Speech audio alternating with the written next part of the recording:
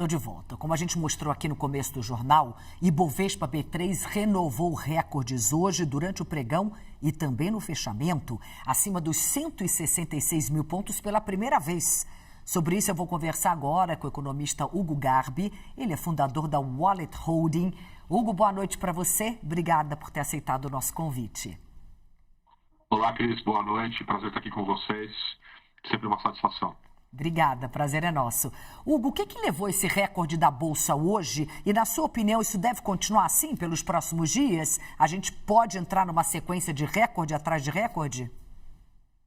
Olha, sem dúvida existe uma perspectiva positiva para a Bolsa, né? E a principal variável, né, ou seja, a influência que nós temos hoje por uma expectativa positiva da Bolsa são os Estados Unidos, né? Então, a gente sabe que os Estados Unidos, a grande parte da Bolsa brasileira nós recebemos um fluxo grande de capital dos americanos, né? E hoje a curva de juros americana ela é uma curva decrescente. O que significa isso? Ou seja,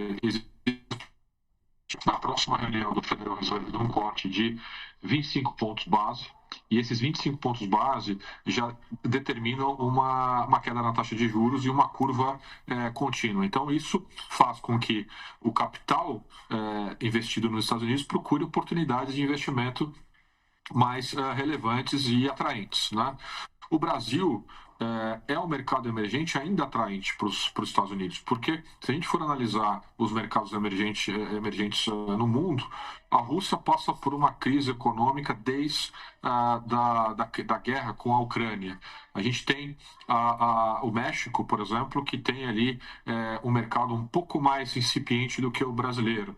A África do Sul e China ainda não são grandes parceiros pontuais ali do fluxo de capital americano, China sim, mas mais na parte industrial. Então, a gente tem sim uma expectativa positiva para os próximos dias. E também esse atual cenário de tensões entre Estados Unidos e Europa pode acabar abrindo espaço para mercados emergentes e o Brasil nessa também?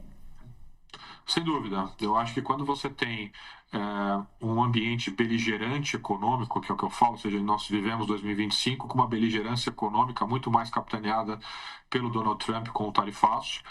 Essa beligerância continua com invasões de Groenlândia, Venezuela, enfim, a gente tem um cenário geopolítico que influencia na economia.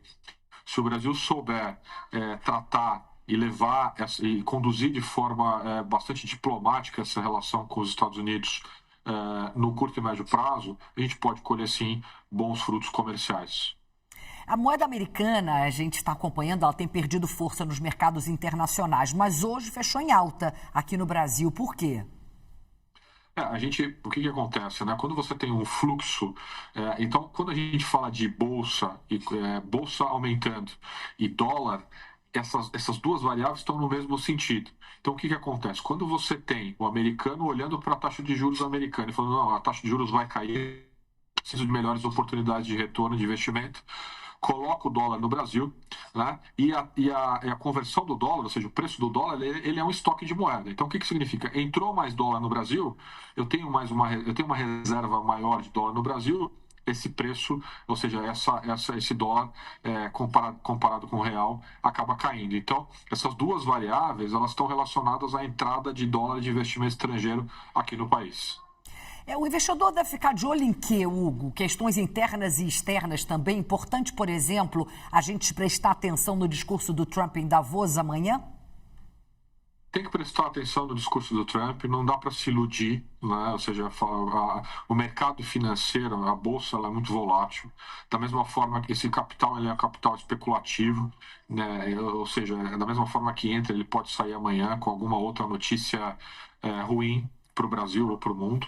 Então tem que olhar um pouco o que o Trump fala e também ter um pouco de ceticismo, ou seja, não apostar tudo na Bolsa, que a Bolsa vá realmente manter esse ritmo por muito tempo, porque a gente já conhece Donald Trump. Donald Trump, da mesma forma como ele fala A hoje, daqui a 2, 3 dias ele fala B, né? Então, assim, tem que ter essa estratégia econômica financeira, né, para poder conseguir ter um bom resultado na Bolsa de Valores.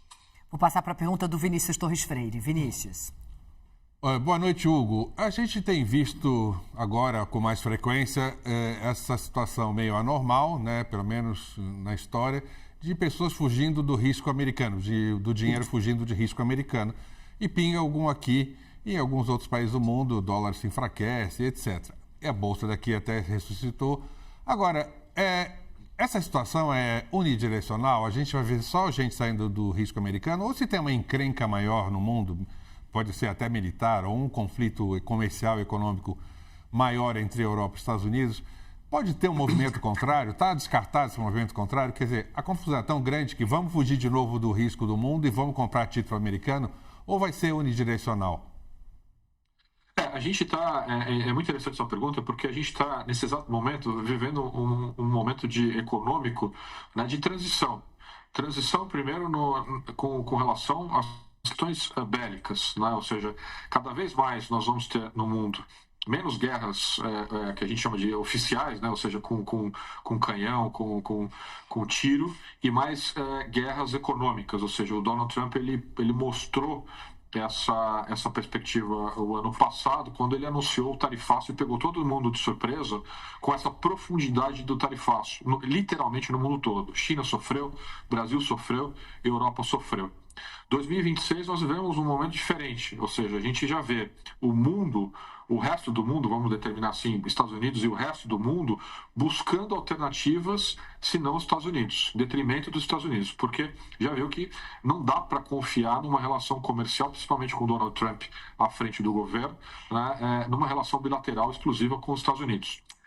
A assinatura do acordo comercial da América Latina com a Europa, que estava 25 anos em negociação, e essa assinatura, esse avanço, agora no início de 2020, final de 2025, início de 2026, já é uma demonstração que o mundo, e principalmente a Europa, não quer focar relações comerciais com os Estados Unidos.